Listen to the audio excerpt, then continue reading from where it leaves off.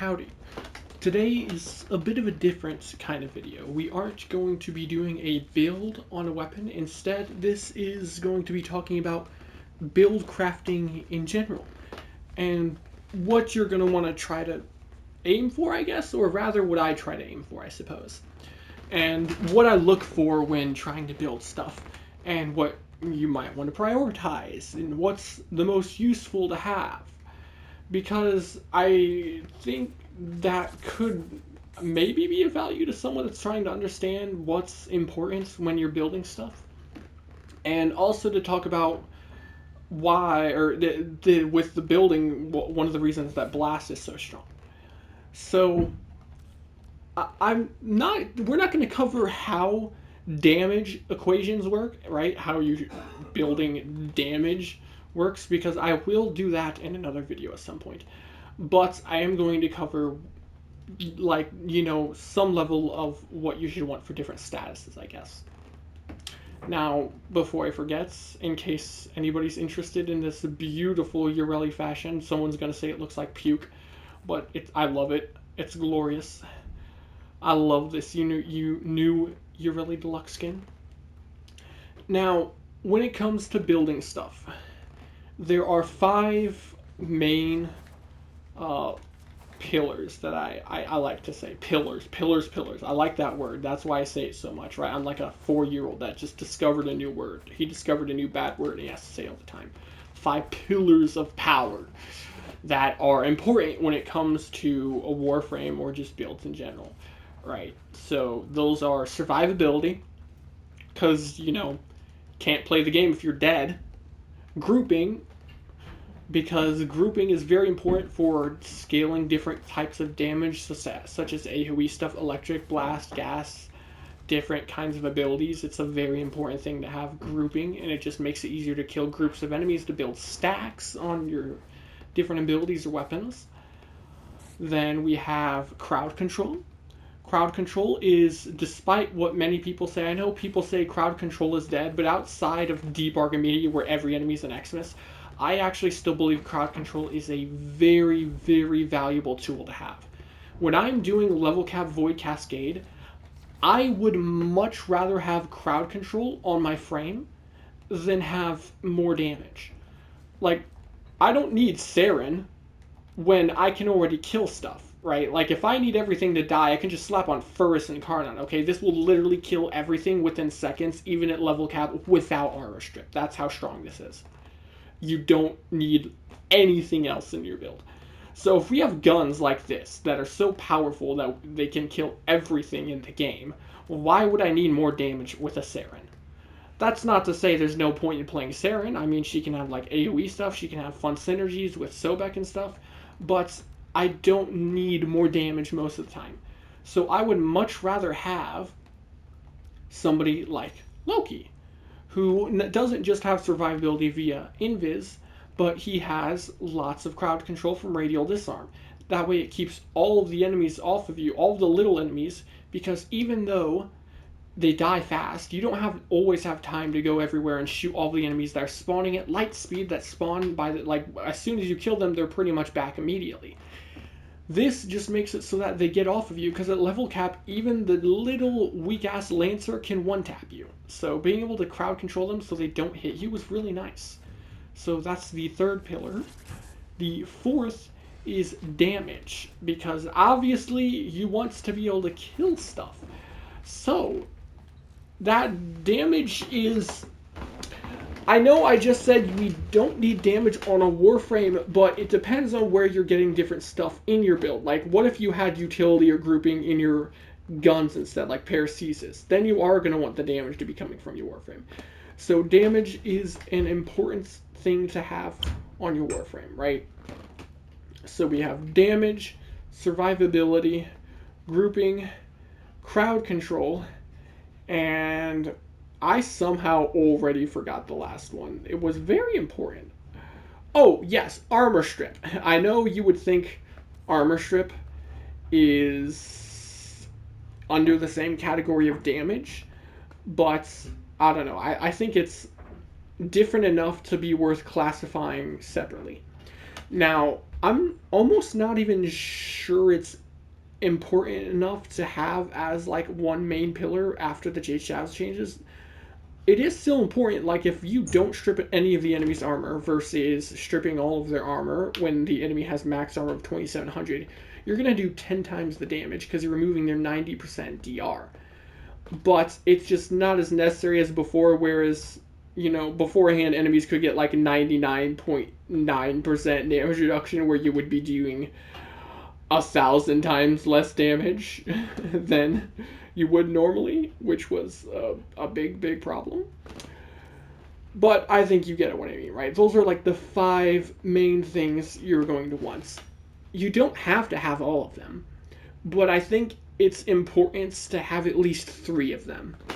If you don't have at least 3 of them out of everything in your build, all of your weapons, your frame combined, then you're not going to have as good of a time or as comfortable of a time dealing with a lot of the content in the game. But mixing and matching any of those 3 together will pretty much make you have a very easy time dealing with stuff in the game. So, like, let's say I wanted to play a frame like, I don't know, Haro, okay? Now, let's go with Haro on his base kits without anything else. Haro already has crowd control to some degree. Not great crowd control, to be honest, but if you have decent range and you can just spam your condemn, he can have crowd control. And because of the energy regen, he actually has their survivability as well with that. Though the consistency is a problem. Consistency, yes, you know what, that's another thing. I suppose that's not really a pillar kind of thing, but having levels of consistency or ease of use, those 2 things are also extremely important when it comes to playing a frame. Because if the frame has like the best in the world of the damage and everything, but they're unbelievably hard to play, well, then there's only going to be a small handful of people that can make use of that. Not to say that there shouldn't be extremely hard stuff to play that rewards a player for getting good with it, but a lot of people aren't like esports level gamers. So you want to be able to have a build that can cater to the level of skill that you're at. So, and then consistency, of course, the other one is important because if you can't consistently keep all of those things up, then there's a problem. If you can't consistently have survivability, you only have it sometimes, then you're still going to end up dead. If you can't consistently kill stuff, you can only kill it sometimes, then you're going to get to a point that you get overwhelmed and you'll fail the objective. So it's important to have those 2 things as well. Back to Haro. So he already has damage in his kit. He can get immunity via Covenant. He has survivability to some degree. And he does have consistency for the most part with Thurible giving lots of energy. You can always have your abilities up. He gets extra damage from Penance, of course. Now, he doesn't have grouping, and he doesn't have armor strip, but he has the damage and the survivability and sort of crowd control. So that means we want to go for the other stuff that we're missing. Now, I would say he actually does need a bit more survivability depending on what you do, though if you just have decent duration and you manage your Covenant, as long as you're not using the Augment and you slap on like Arcane Aegis, I think you can probably be fine. So the biggest thing we're missing on Haro is going to be armor strip. Well, we can substitute stuff, right? Like there's always helmet abilities. We got Pillage, Terrify, Open Eyes, which is a new one, Baruch's thing, what's it called? Theros Shield. There are armor strips we can get from the helmet system, should you be able to fit them in.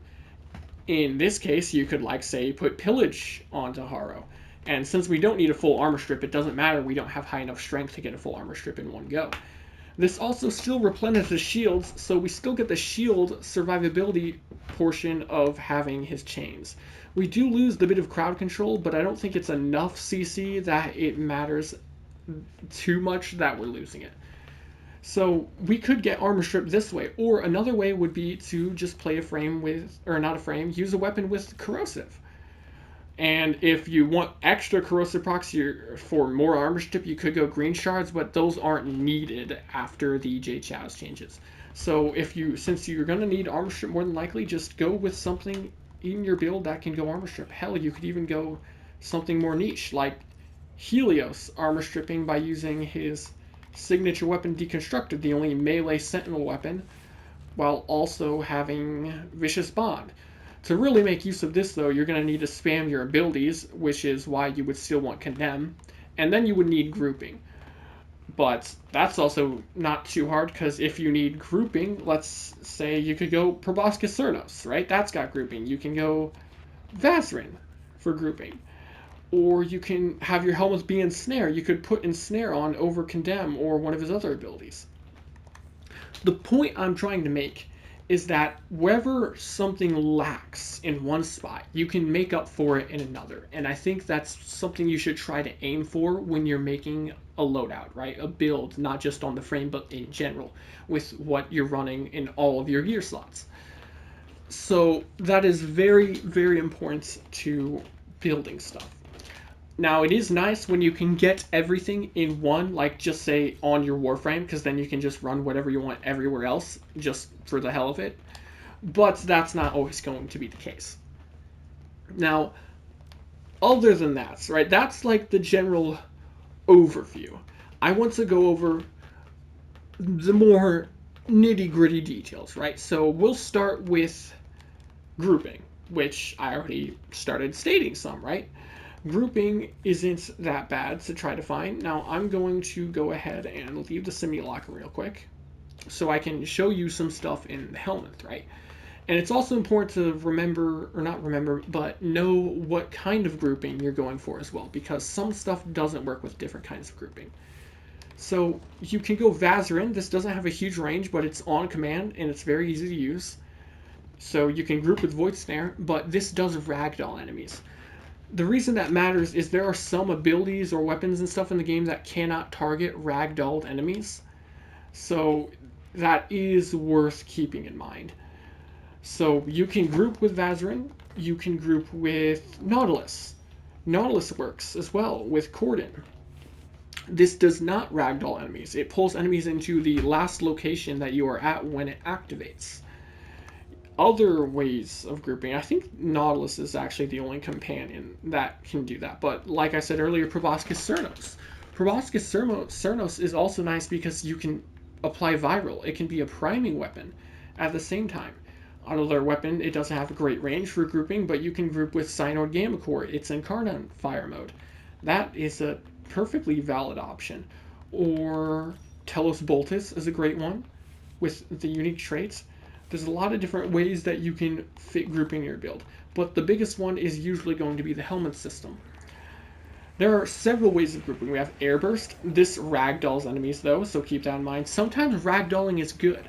Ragdolling is bad for stuff that makes it so you can't target ragdolled enemies, but it can be good because ragdolled enemies, sometimes their different body parts will count as multiple enemies in the game, which means electricity will chain between all of them, that massively increasing the damage you get from electric procs when you group enemies together and apply electric on all of them. So ragdolling can be beneficial at times.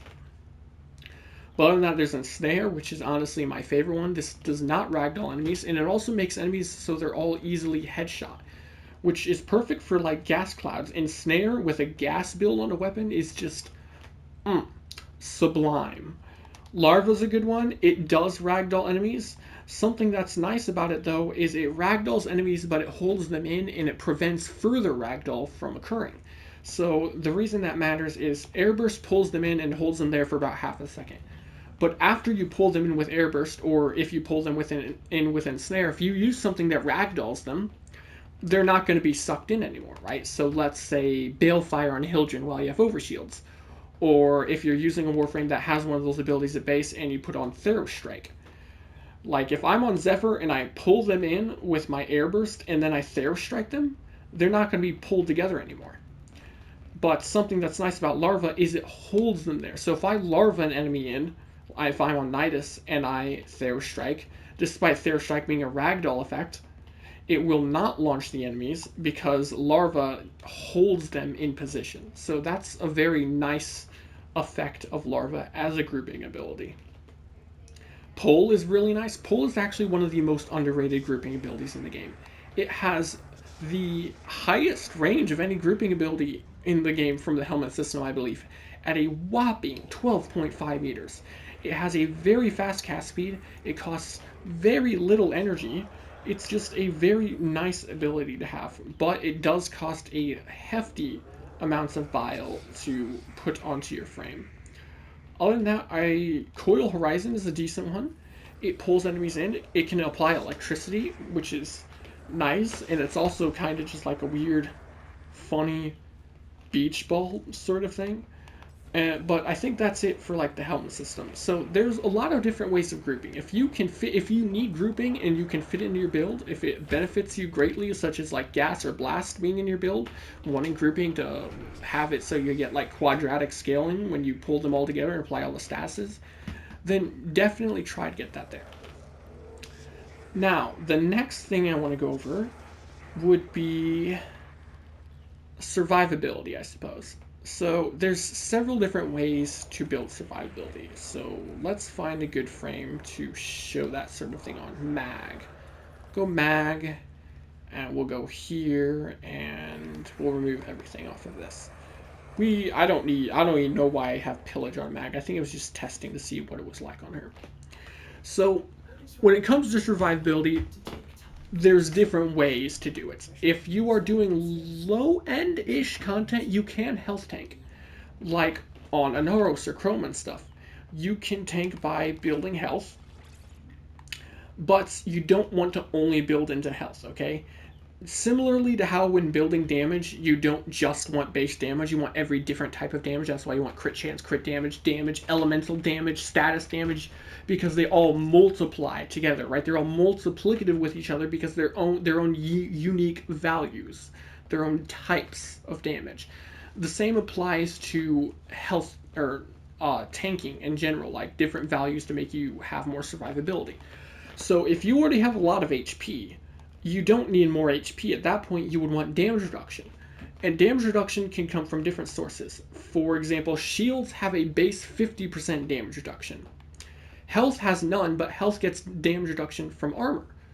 Armor gets less effective the more you get, but at 300 armor, which is a very easy value to get, you get 50% damage reduction, which is a pretty huge amount. So if you have high HP, then you should build armor, assuming your frame has high armor. If your frame has low armor, like Mag only has 135 base armor, I'm not getting much more DR by putting Umbral Fiber on. But on a frame that has high armor, such as Valkyr, then by putting on a mod for more armor, all of a sudden, shabam, look at that, 1470. That's a lot of armor, which is very, very nice to have. Same applies for HP. If a Warframe has little HP, then it might not be worth building HP. You can circumvent that, though. So let's say a Warframe has... You want an HP tank, but they don't have good base HP. You can build Arcane Blessing, right? You can use this. This is a flat amount of HP. It can give you up to like 1,000 HP in your build. What is it? I think 1,200 HP when you're at max stacks. So you can get high base HP with that. Then if you already have armor and you already have health, there's damage reduction from other sources.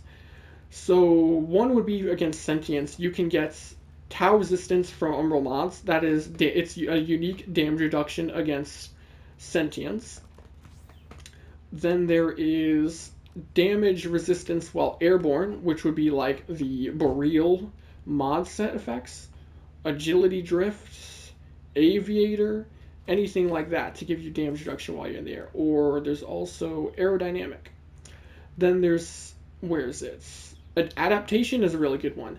Every time you take damage, you get 10% DR to that type of damage for 20 seconds, and it stacks up to 90%. This is a great way to build damage, or build damage reduction.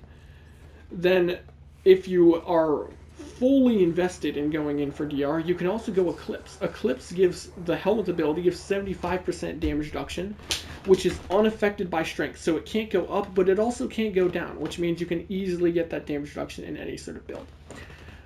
Other than that, there are ways of getting armor as well, like Parasitic Armor. It converts all of your shields to armor, and strength scales the conversion percent, and the more shields you have, the more it converts into armor as well. So that's a very nice one. You can always go Warcry as a helmet, which gives you more armor. Let me think. What else? I think that might be it for stuff that gives you armor. Oh, there's also healing. Being able to heal is important.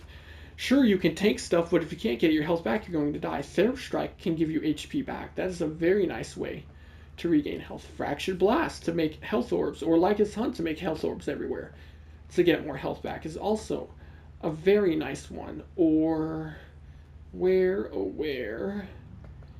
is Gloom? Gloom gives you lifesteal, so when you deal damage to enemies within the radius, you can get your HP back. Elemental Ward can give you HP from heat, or shields from electricity, or armor from the cold effect. That's another really nice one. You can also get armor from Defy. So there's a lot of different ways of building health tanking, right? Health tanking is always a combination of your health, your armor, and then some level of damage reduction. Arcane Doubleback is also something that you can run, but you need to be moving a lot to be able to keep it up at all times for the DR. Now, there are downsides to this. Mainly, it does not scale well. If you are fighting level 200 enemies and you are heavily invested in the health tanking, you can tank it. The problem is that enemy damage scales nigh infinitely. So, if you're going to level cap, you're not going to be able to health tank. Even up to level 5,000, level 3,000, hell, even like 2,000, you're not going to realistically be able to health tank. Hang on, I gotta get a drink.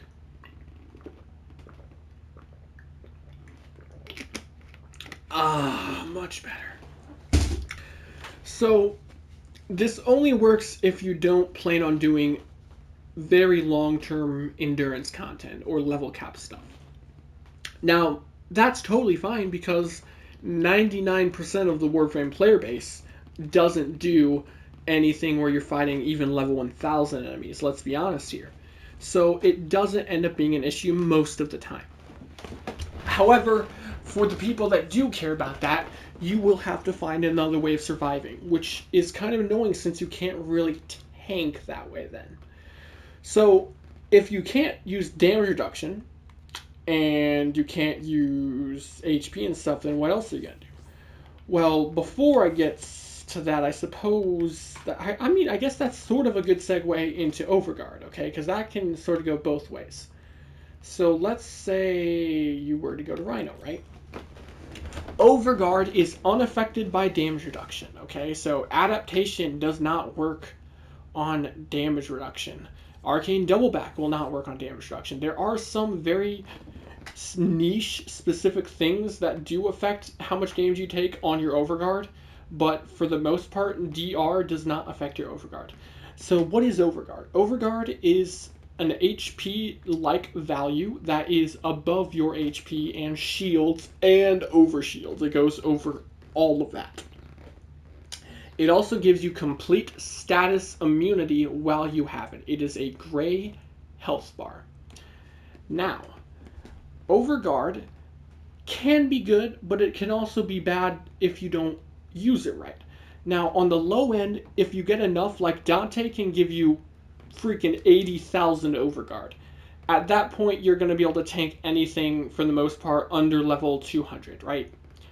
Now, because you can't get any DR, 80,000 Overguard is significantly less effective HP than you would think.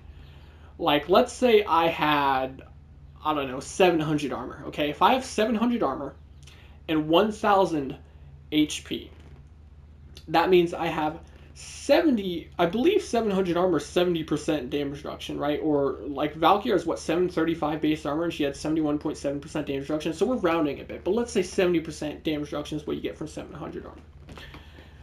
That means we are going to be taking less than a third of the damage we normally would, putting our effective HP from 1,000 up to 3,000 ish, a little over 3,000, right? So we'll just say 3,000 since we're doing some rounding as well. So then let's add in a bit of DR. Like if we add an adaptation, if we can get adaptation maxed 90% DR, well then our effective HP just went up tenfold. So now we go to 30,000 effective HP, which is pretty freaking nice. So then if we added in like Eclipse, then all of a sudden we go from 30,000 to 120,000 effective HP. And it can keep getting more and more insane. Now, if let's say you wanted, or let's say you got even higher armor, let's go up to say 3k armor, which gives 90% DR. So that means we're going to be taking a tenth of our damage. That means we can say triple that from 120 to 360,000 effective HP. That's a lot of HP.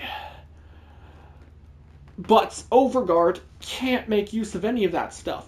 It's just what it is. So if you have 1,000 Overguard, it's 1,000 EHP, effective HP, which on its own is very, very small amount. That's why sometimes you'll get like 80,000 Overguard from a Dante when you're doing like a Steel Path, or when you're doing like a Netracell or something, or a Deep Archimedean, and all of a sudden you get hit once and you lose all 80k.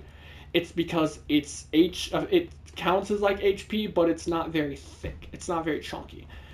Now, past the low end though, past the point where you can't Overguard tank, Overguard is still valuable though.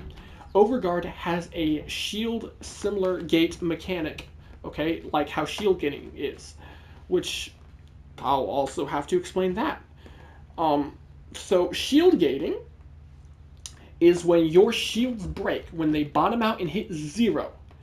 You then get a period of invulnerability to damage, or at least outside of like toxin damage, for a short period of time, very short period of time. And that scales off of what your shields are. So 555 shields on Rhino at base, I get a 1.7 second shield gate. If I were to put on, what is it? Actually, before I go too in depth, let's go back to Overguard, because I explained what shield gating is, right? I won't go into in depth because that just the gating mechanic on how it works is what's relevant to Overguard. Overguard has a similar mechanic, right? So when your Overguard breaks, you have a period of invulnerability before you take damage. So constantly gaining Overguard to get a gate type mechanic will help keep you alive. So Overguard can be nice if you can constantly refresh it for the gating to keep happening. So it can be very nice. Another way of survivability would be invulnerability. Just straight up damage invulnerability. Such as Iron Skin gives 3 seconds of time invulnerable, or where is it? Rolling Guard. Rolling Guard can give you 3 seconds of invulnerability. That's very nice. Something else to keep track of is statuses, but I'm not going to go in depth on that. Just try not to take status effects because big slashes can screw you over. Rolling Guard can cleanse you though, and there are other ways of getting cleansed. And like I said before, you get status immunity while you have Overguard, so that's nice. But back to damage and vulnerability. You can become invulnerable with the Rolling Guard. You can become invulnerable with like Iron Skin. Valkyrie in her claws has complete damage and vulnerability. Hydroid, when using his Tidal Surge, has damage and vulnerability. Or like how Atlas, his shields can take damage, but during his punching, every time he punches an enemy and the animation is going off, he has health damage immunity. The health bar will go gray. Same thing with Slash Dash on Excalibur, I believe. So there are several ways of just getting straight up damage immunity. Another way would be the helmet system, of course, where Defy gives you damage immunity while it's active, and when it ends, it can give you armor afterwards. So you can just try to make use of damage and vulnerability. It's very hard to come by, but if you can just manage it and keep it up when you need it, it is a viable way of staying alive. But I would not try to use it exclusively for survivability outside of somebody like Valkyrie, who is just constantly invulnerable to damage. Now, back to shields. Shields.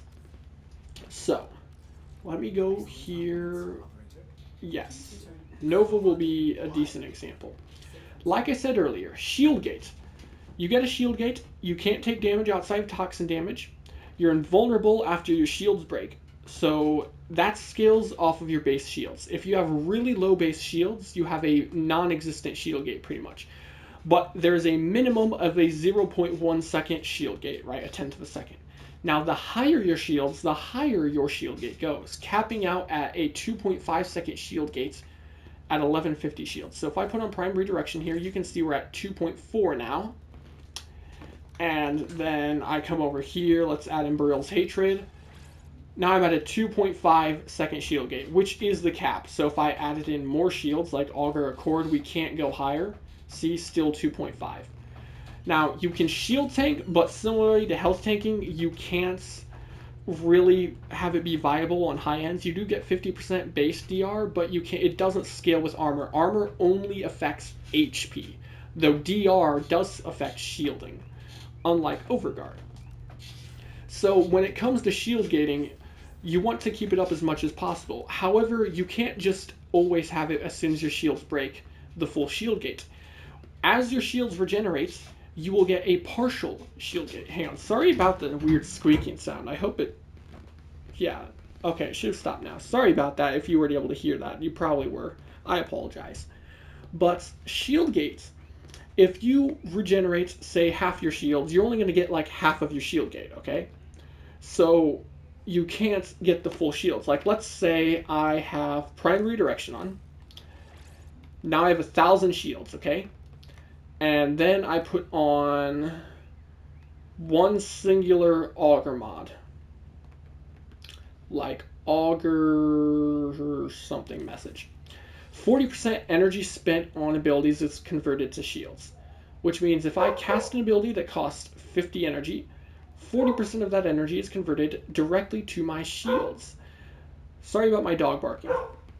So that means I get 20 shields after I cast my ability, okay? That is only 20 out of my 1,036. The shield gate I'm going to get is so small, it may as well not be there, which means you're just going to get hit and you're still going to die almost immediately. But because it is percentage based off of how much shields you have back, there are ways of getting around that. So there's this mod called Catalyzing Shields. It reduces your max shields. It multiplies them by 0.2, basically making your shields 1/5 of what they are.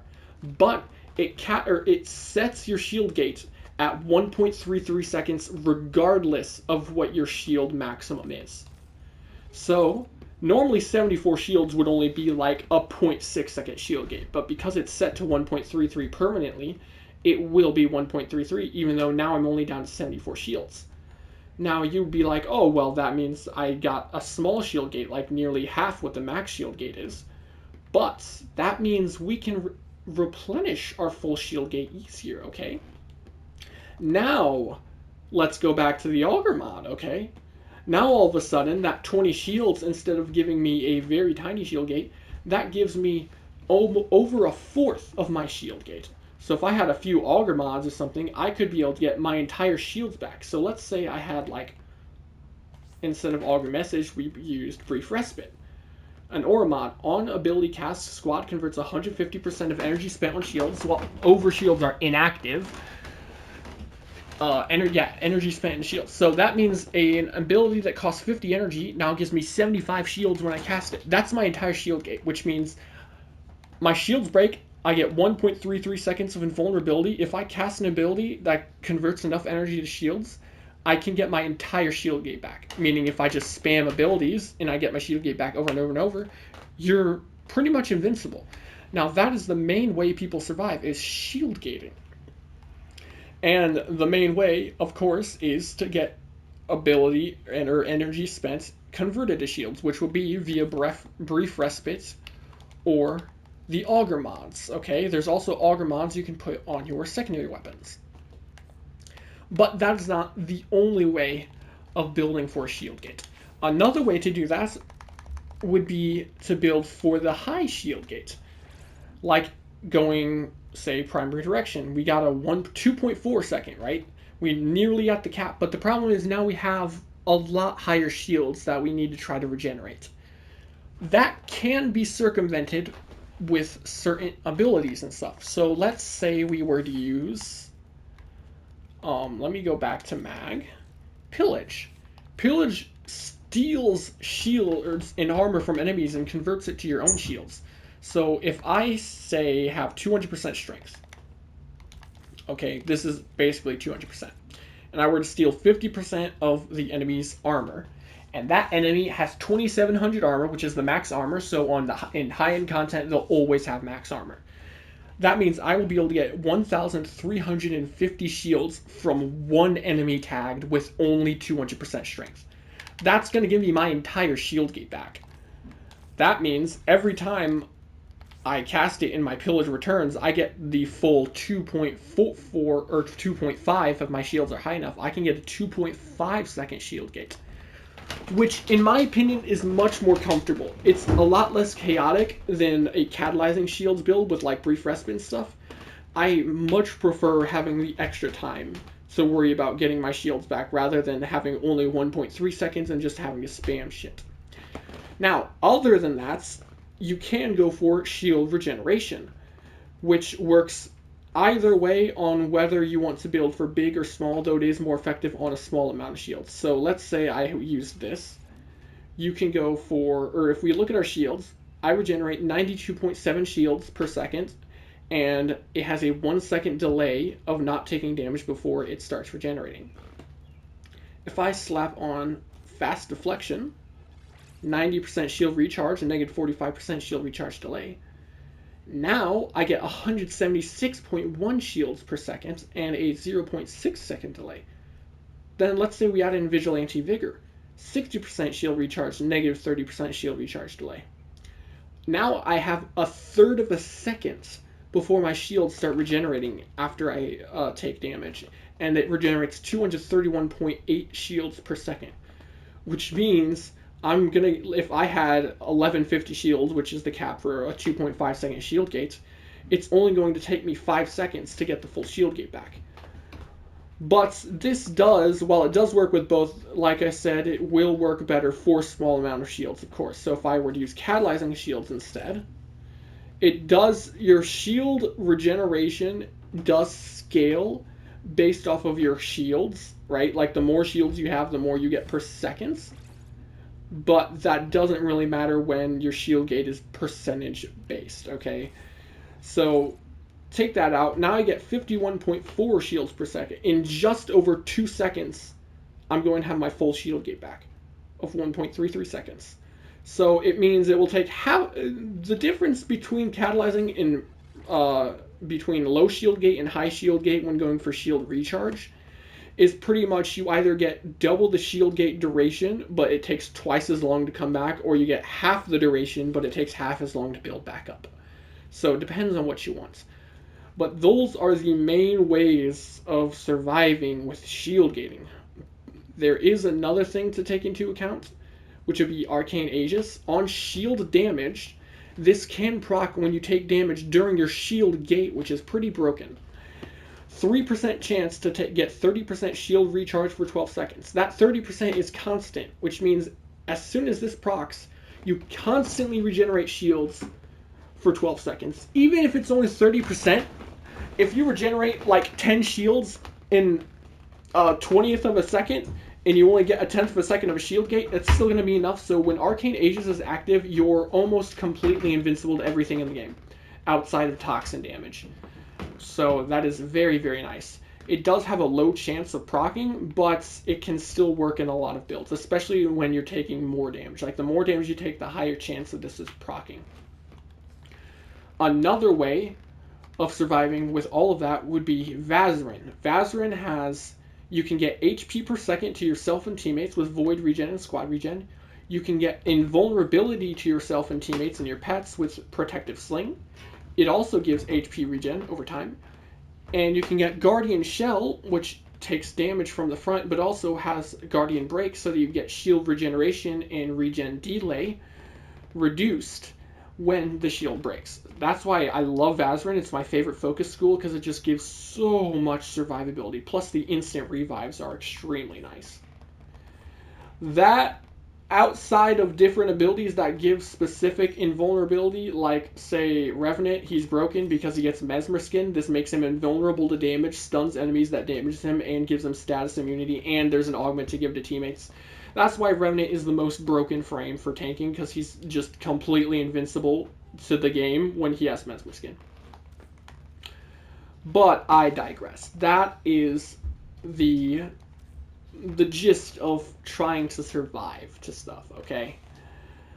This video is gonna be longer than I would like. I think maybe I should. I'm not sure how long this video's been so far. If this goes longer than an hour, then it's gonna be hard to try to record it all. So, just in case, I'll trim this out if it ends up being shorter than an hour. That's the end of part 1. Time to, where I'm just gonna save this recording and then immediately start part 2.